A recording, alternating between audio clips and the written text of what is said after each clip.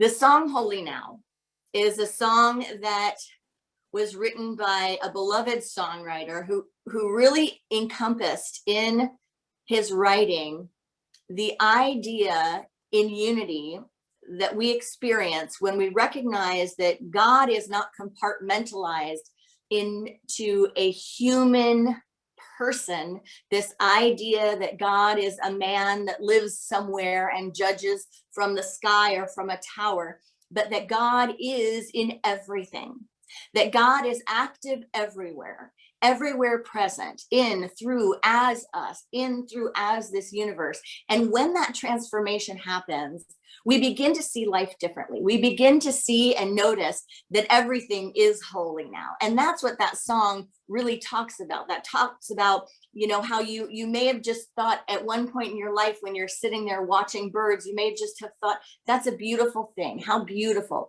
And then you enter a portal, you enter into a new awareness that no, this is the activity of the divine in expression all around me. And when that light turns on, when that happens, life changes. Yeah, life changes, it shifts, it expands. Our awareness expands.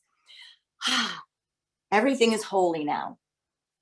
Part of that shift is about our perspective. It's about our perception and our perspective, about how we interact with our universe, our world, and our internal life, and how we process and we see things, and what we put out. That life isn't just happening to us, it's happening through us. Life is not just happening to us, it is happening through us. And with that comes some responsibility. So I am very present to this week how much people have on their hearts. There has not been a shortage of things going on in the world that can challenge our minds. Yet with the current conditions in our world, whether it is on your mind this morning about conflict in Afghanistan, in Kabul, the children of the world, some of the things that are happening in the United States, COVID, whatever it is, natural disasters, boy, oh boy, do we have our hands full. Part of what's going on for us, I think, as a collective, is learning to be the space to embody peace and the practice in the midst of expanding awareness and perception. It used to be, right, you lived in a village. Like, I was thinking about this when I was receiving communications this week about challenges people are going through with our world and with their own emotional nature, and trying to presence this and trying not to just shut down, right? Trying not to just shut down and shut everything out, but trying to stay on the path, stay in the practice, stay aware, and also not just slide down that waterfall into the pit. And one of the things that I think to myself is that, a long time ago, like, think about in early America, there was a lot going on for people, but we didn't always hear about it, right? We didn't always know about it. We certainly didn't get pictures of it. Well, none of us were there that we know of right now. But the people of the time, they didn't get photographs. They didn't get text messages. They didn't get notifications saying, this awful thing is happening right here, right now. This woman is experiencing this. This is one of the problems that's going on right now that we all need to address. There just wasn't as much information that was available to us. We were still swimming in it. We were still swimming in the sea of the consciousness of everything. But we didn't have to constantly be looking at it, listening to it, feeling like if we ignore it or if we turn it off for a bit, feeling like, am I not doing what's mine to do? Am I somehow backing out or bowing out? Not feeling the powerlessness that you often feel when you care and you want to have an impact, but you don't know what in the world you could possibly do to help. So what do people often say? They say, I'll pray for you. I'll pray about it. And yes, in Unity, we teach prayer is amazing. It's beautiful. It's powerful. But what about when prayer is not enough? What about when it is frustrating to keep hearing that? And it feels like, even though I know the impact of prayer, it's not enough. I have to use my other faculties. I have to be present in another way, both to the world around me and the world within me. What do we do? I got a message this week from a dear friend who is a doctor serving in our healthcare system. And this doctor was entirely frustrated and overwhelmed. I mean, at the end, like, they have gone through this and thought we were coming out of this, and then here we are thrown back into it in a whole different way. And my heart went out to this beloved in her struggle to presence and to maintain peace and to have endurance. And I felt a little bit like there's not much I can do. I mean, I can hold the space, I can pray for you, I can listen. This text went back and forth, and it was this meme that said, I just do not think our psyches were developed to hold, feel, and respond to everything coming at them right now. Every tragedy, injustice, sorrow, and natural disaster happening to every human across the entire planet in real time, every minute of every day. The human heart and spirit were developed to be able to hold and feel and respond to any tragedy, injustice, sorrow, or natural disaster that was happening in our village. In our village. Well, friends, I think while we were sleeping, the village got a whole lot bigger. The village got a whole lot bigger, and it's not getting smaller. We are not the people that live in the little village that can't see everything anymore. So what do we do with that? It is imperative that we develop the consciousness to be able to embody spiritual practice in a way that keeps ourselves engaged, awake, aware, mindful, and that also contributes to our world in ways that we are co-creating a world that works for all. So there's a little practice, a little breathing, a little wake up call, I think, that needs to happen to all of us, because that statement is true. And I think a lot of us feel it. It's like, oh, I don't know if I was built for this. I don't know. I think I was built to kind of, be present to what's right around me right now. But I don't think I've been built for all of this. Well, friends, if it's here, we've been built for it. Amen. If it is here, we've been built for it. So what have we been built for, and how do we activate it? How do we get into it? Because others are feeling this way too. I can't tell you how many people are feeling like they're in the same boat. Like, I'm just managing today, or I'm managing this week, or this month, or this last while. I'm just managing everything that's coming up for me. Whether if it's Afghanistan, natural disaster, schools reopening, the current COVID stuff, vaccine information, misinformation, a personal life and personal tragedies and traumas or emotional experiences. Without a spiritual practice, even with a spiritual practice, that can turn into a feeling of hopelessness, helplessness. And it can feel like just saying, I'll hold you in prayer, or let's hold it in prayer, or I'm praying for me, or I'm praying for you. It can feel like we can get tired of hearing that. And it can feel like sometimes that's not enough. I don't think that's the truth of it, but it can feel like it's not enough. So if we look at Unity's 5 basic principles, we have a key, because prayer and meditation, that's part of the practice. But there are not only, 2 principles. There are not only 3 principles. There are 5 principles. 5. There is one power and one presence, God the good. It is in you. It is in me. It is in every single person. It is in the Taliban. It is in the road rager. It is in everyone. It is in everyone absorbed with misinformation, everyone hating, everyone loving, everyone creating peace, everyone sitting on their couch in depression, everyone out in the world activating good and transforming it. It is in everyone. End of story there. So God is, I am, through meditation, affirmation, and prayer, we activate it. So it's our practice. And the law of mind action, we, through our thoughts and our words, create. That we're not just recipients of our world, but that it matters what we put out. But the last one, the last one, action. Act on the truth we know, that it's not enough to know these truths, but we must act on them. That means that prayer isn't here just to pray and sit on. That prayer is here, mindfulness is here, awareness is here to fuel and to activate action. Action. That action is what takes us out of depression. Depression is a deep pressing down. Depression, a deep pressing down. Hopelessness, helplessness. Those things come when we don't feel like we have the fuel to move from prayer and mindfulness into action. That either there's something we're not willing to do, something we're not willing to look at, or something we don't know about. We just don't know how we can have an influence. And that is depressing. We don't need to resist that. It makes sense. It makes a lot of sense.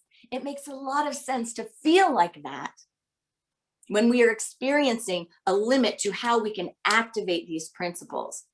So let's give ourselves some compassion, some radical compassion around how we feel, because this is not shaming ourselves. This is not blaming ourselves. This is not saying that I am somehow not enough the way I'm built. I'm not built for this grand of a village. I'm not built for this type of life, which we may feel like that. That's okay. But this is here to inspire us to bring the 5 principles, to bring our spiritual practice, and to bring it all into action. I have an acronym to help us today. I was thinking about the spiritual practice around action. And I think this is the key. Aware consciousness transfers. Are we going to be aware consciousness transfers? ACT, act. Can we each be aware that consciousness does transfer? It transfers and it can transform. It has the potential to transform. We can see it in the misinformation that's out there. It sure transfers, doesn't it? Woo! They say something like, 6 to 8 social media accounts are accountable for most of the misinformation that has been spread. But then what happened? Person to person, they spread it, they shared it, they expanded it. We all know it takes one loud voice to feel like everybody thinks this. Does anyone have one person in your life that has a criticism of you, that has an experience of you or an experience of someone else? And it's so strong, it just feels like it's so real. It doesn't feel like that's one little person. That's one opinion in a sea of things. It feels like, and some people speak like that. Everybody thinks. Everybody always thinks. Be aware that consciousness transfers.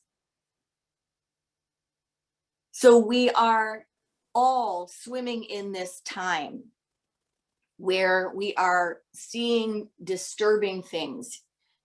One of the things I saw this week was a young man who had and by young, I mean, 13, 14, 15, who had the courage to stand up at a board meeting for a school system and speak to the effectiveness and raise everybody to a calling of wearing masks at school. And he was laughed at by adults. He was mocked and laughed at. Now, if I breathe too much into those words, I will start crying for humanity being lost. But there are no shortage of stories like this. I this week was experiencing road rage and had a very traumatic experience with road rage. Not that I was raging. I was raged in like a high-speed cop chase. But But these things are happening. Teachers are having their masks pulled off and people are being spat at. And what used to seem like uncommon occurrences are being grossly common.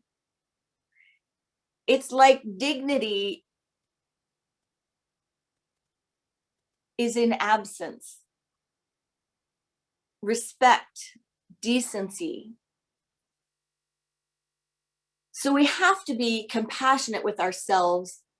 And in my view, we have to have a spiritual perspective and do a mighty prayer that our practice expands beyond the capacity needed to presence everything that is coming to us, everything that is in our world,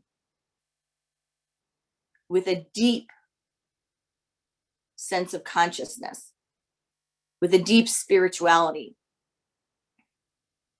Because misinformation and misbehavior is running rampant. Now, we may say to ourselves, maybe we're just seeing it more, right? Maybe we're just seeing it more because it's being handpicked for us. And to some degree, yes, that's true. But for most of us, we have experienced some of it ourselves. So we know that's not all of the story. And what that means is that the heart of humanity is suffering. That means people are suffering. Because people show up like this when they're suffering. We show up like this when we're suffering. We either become depressed or we become angry and we lash out. Depressed or angry, those are the two things. These emotions, when they're pushed out onto someone else, when we don't process them ourselves through our spiritual practice, through psychological practice, then they become little bombs that we throw on other people. When we can't process them and we're not willing or we're too kind to throw them at other people, or we're too aware to throw them at other people, but we feel stuck, then we just throw them on ourselves. And that's depression. So how can we activate our principles and activate our practice in a way that we take the 4 basic principles of God is everywhere present, God is in you, in me, the law of mind action, my meditation, my affirmation, my prayer, my map. How can we take all of that and create a life of action? I don't have all of the answers, but I have one possibility for us to try on today. View your life not as your own, but as an act of encouragement. View your life not only for yourself, not only as it relates to your worldview, but view your life as an act of encouragement. Because consciousness transfers. Someone said to me about music a long time ago when I played music, and this helped me become aware that not only consciousness transfers, but aware that our spiritual gifts transfers. She said, when I played, and she asked me if I played out a lot, and I think I said something about I don't because I get nervous. And she said, it's not your gift to hold in. It's not your gift not to share. That gift was given to me by my source as well. And that shifted the way I thought about things. That shifted the way I thought about my own life. Like my own life is not just coming to me to benefit just me. My life is coming to me because we're all connected. We're all just part of it. This thing that I call me is just one expression of it, but you are me. We are me. I am you. We're all it. This is it. It's just whether or not our minds think it's mine or yours. I told this to a young man that came to my house this week to give me an estimate on solar panels. We were chatting and he started talking about short stories and how he used to love to write short stories and the ones that he has. And I asked him if he's published them or if he's still trying to get them out, because there's a whole world around short stories and publishing. And he said he didn't, but I shared with him that story, and I shared with him about our gifts And he got it. He said that's a good point. And he brought up the idea that we don't want to die with these gifts in us. So don't leave the planet with what you have, who you are still in you. Because there was a little fear around sharing it, there's a little fear around reaching out and being vulnerable. But I said, like, what do you have to lose? What do you have to lose? I was also almost going to give him the example of, I always think this when people talk about approaching someone that they think they might want to have a relationship with, right? Some people are afraid of doing that when they see someone. They're afraid of initiating and making contact and just saying, hey, but what do you have to lose? It's not personal if you get a rejection. What does anyone have to lose? And that happens for friendships too. If you see someone, if you know someone, if you've come across someone that you think you could be great friends, what do you have to lose? Nothing. You could be sitting right next to the greatest gift, but no one's acting on it.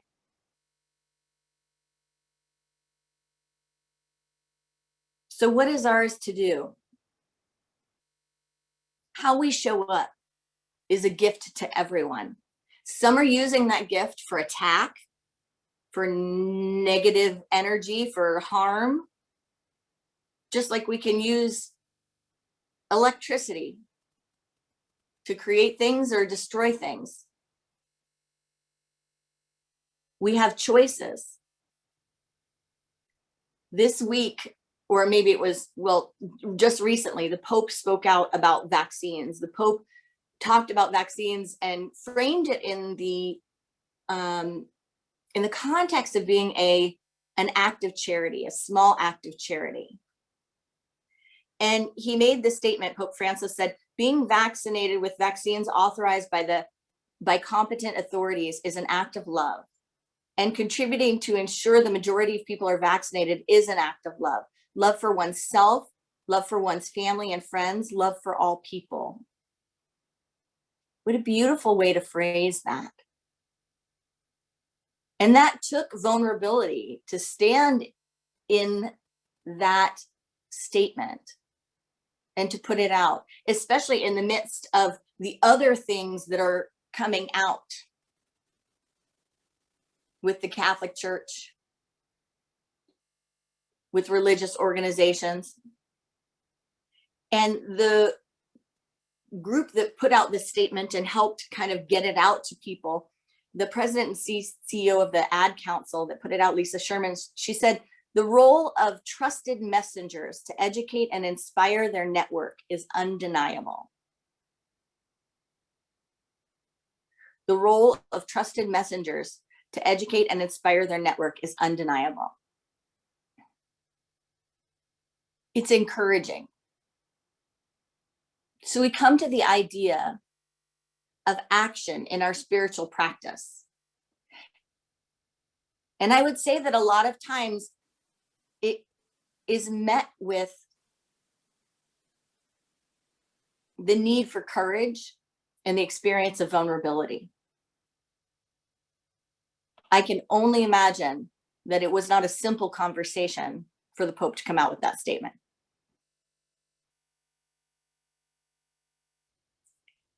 There's no misunderstanding that there will be backlash, that there will be another experience, that there will be some dissension. Right now, we are at a time where people need encouragement for all sorts of things. We have parents making really difficult decisions about school, about their children, mental health. We have boards making very big decisions about spiritual communities, about employees.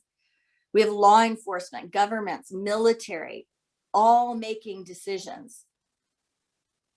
And we can all use encouragement. Yes, we can all use prayer, but we can all use encouragement. Because encouragement is a way to act on our principles, to act on our spiritual practice. When we use the power of encouragement, we become more aware that consciousness transfers. You may have heard the story about the Olympian who got a silver medal and heard of a family in need, a little boy who was going through medical challenges. And so she auctioned off her silver medal to help cover the medical expenses of this young boy. What an inspiring story. What encouragement. And then you've got the winning bidder. And what did the winning bidder do? Gave the money and let her keep the medal. So that one act of encouragement of her saying, I don't need this prized possession. I don't need this. I'm going to dedicate it to something good. That act of encouragement then led to another person taking a step, doing something good that encourages others. Who was encouraged by that story? Who was inspired by that story? If you heard it, it kind of restores hope in humanity, doesn't it, a little bit? What about what's going on in Afghanistan? Anyone find themselves very disturbed and open-hearted, raw about everything that's going on there? About thinking of the people, the communities, everyone? If we don't have a spiritual practice around it, it can turn into anger, it can turn into depression. When I saw those little kids' faces on a plane, on the US military plane, it's just some of us, we bring ourselves into something for a moment. It's like peeking your head into something, and it's intense. So what can we do? There's so many of us saying, what can we do? You probably heard the statement released by Prince Harry. He released a joint statement with the leaders of the Invictus Games Foundation about the close ties between wounded veterans around the world, not just wounded veterans that have served in Europe or have served in the United States. Wounded veterans that played in these games side by side with Afghan military. And he did something pretty brilliant in a time when we're all feeling like, what can we do? He said, what's happening in Afghanistan resonates across the international Invictus community. Many of the participating nations and competitors in the Invictus Games family are bound by a shared experience of serving in Afghanistan over the past 2 decades. And for several years, we have competed alongside Invictus Games Team Afghanistan. We encourage everybody across the network and the wider military community to reach out to each other and offer support to one another. That's going person to person, encouraging people to encourage each other. Even if governments are fighting, even if nations are fighting, go to the place where we have something in common and connect. Go to the heart and encourage. So what about when we feel like we don't have power or influence? When we don't have a pulpit or a platform or power seat at the table? What about if we're powerless? Hogwash. There's no such thing as spiritual principle. It is impossible for someone to be powerless. It is impossible. It's simply a matter of breathing into perception and perspective and showing up for what is ours to do, letting go of any limitations or any ideas of limitations. We don't have to have a podium. We don't have to have a platform to harness the power of encouragement. There are a lot of individuals in a letter writing campaign to the Capitol Police that are telling them they're seen, they're heard, telling them they're heartbroken by the number of suicides we've seen after that experience, telling them, even though I know this stuff is out there and there's another story being told, I see you, I care. That has power in it.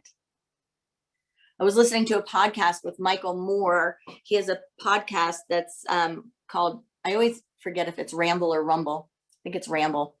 And it's probably Rumble since I said Ramble. But it's a podcast with Michael Moore. And he was talking about what's happening with women in the workplace and some of these men in power positions that are being prosecuted for abusing power and sexually abusing women. And he was sharing a story of when he was kind of first getting one of his first jobs in his field and reporting and journalism. And he was sharing that he got this job, and within just a little bit of time on the job, first few weeks, a bunch of women came to him and said, this is happening. This person that works here is mistreating us. They got together and they went to his office and just kind of laid it all out, what they're living under. And Michael Moore, being the consciousness of Michael Moore that he's always been, did not just say, hey, I'm new on the job and why don't you go to somebody else, or there's nothing really I can do. He went straight to the top and said, this is what's happening. And as it turned out, to make the story short, they knew what was happening. And they redirected him to stay in his lane. And they let him know, I think, that the person was receiving counseling or something, that they're working on the issue. Not that they let the guy go, but that they're working on the issue. And this was a liberal publication. I think it was Mother Earth magazine.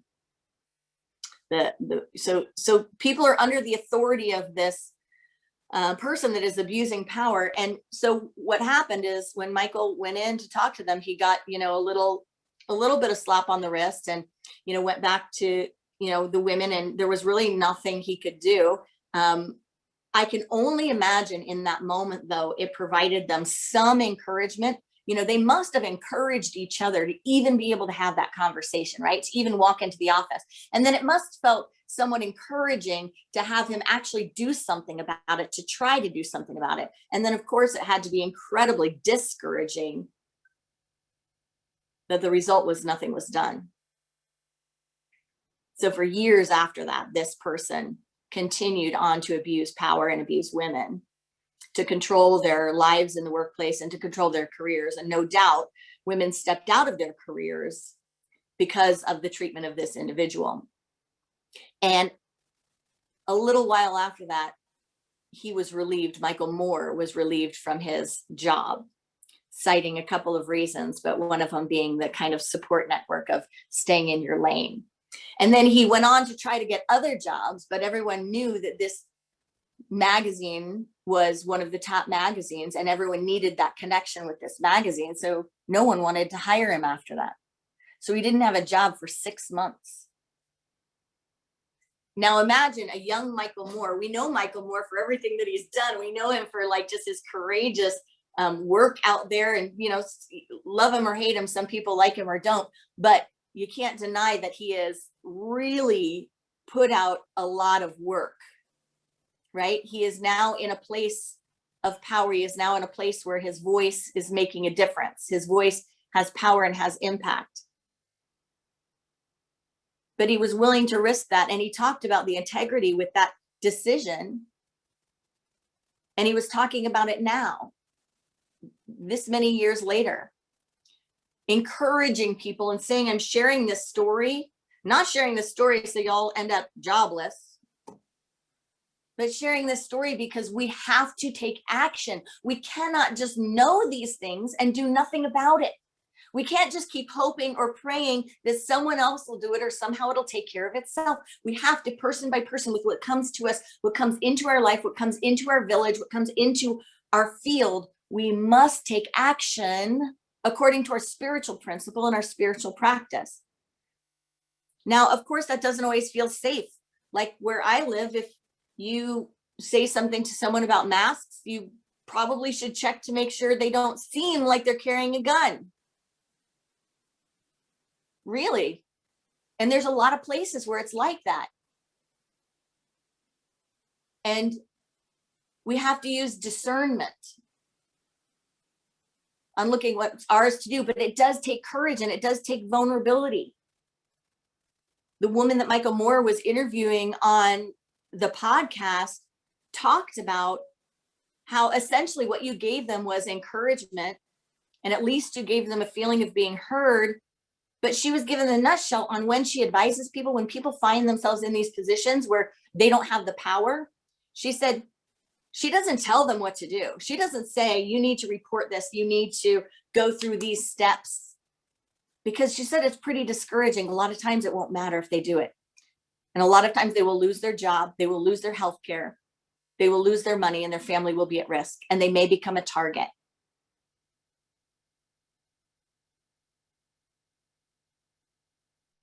So she said the one thing she tells people is to find others and connect and support each other, because that's the one thing that you know will be good that will come out of this. Find, connect, support.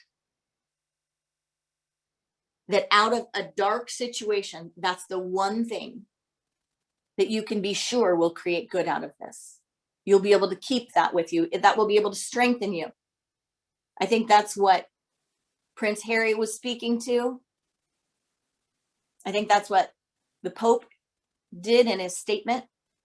I think that's what our athletes are doing in this past Olympics that we've had. I think that people coming out with statements saying, yes, mental health is important. And I salute the people that are taking care of themselves and bringing this conversation to light. I support, I encourage people to be aware. If you don't feel like you have an impact, do some meditations around the power of encouragement and how we can expand that in our lives. You know, Beatrix Potter, when she was a little girl, a young girl, she had a nanny, and she used to draw pictures and write stories in her journal.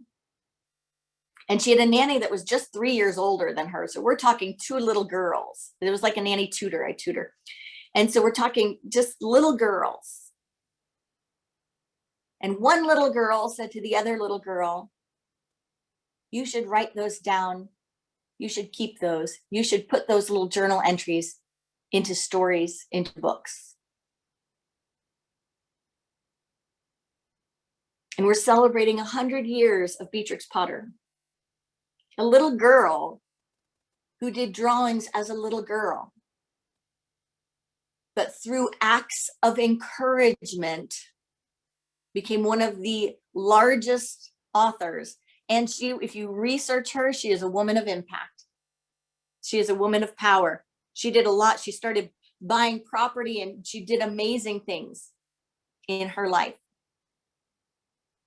One act of encouragement can change the world. One act of encouragement can change the direction of your life. One act of encouragement can pull someone down from the ledge. One act of encouragement is an act of God. So it is ours to find what is ours to do. We traditionally think of encouragement as being just support. How can I support you? How can I encourage you? Yes, that's one form, and that's great. Words of encouragement, it's great. But also the example of how you live your life, how I live my life, the demonstrations of who we are, how we speak, how we live, how we love. Those are acts of encouragement. There's also hope. What we do, how we inspire people, how we connect people with knowledge, creativity, imagination, healing, kindness, that provides hope. Those acts of encouragement, it's the form of acts of encouragement in the form of hope. Just seeing intelligence, just connecting with someone who's been through something or someone who knows something else. The hope that it can provide is incredible. So are we going to activate what's possible? Or are we going to stop at saying, I'll hold you in prayer? Dr. Clarissa Pinkola Estes said, ours is not the task of fixing the entire world all at once, but of stretching out to mend the part of the world that is within our reach. Any small, calm thing that one soul can do to help another soul, to assist some portion of this world, will help immensely. It is not given to us to know which acts or by whom will cause the critical mass to tip toward an enduring good. Namaste.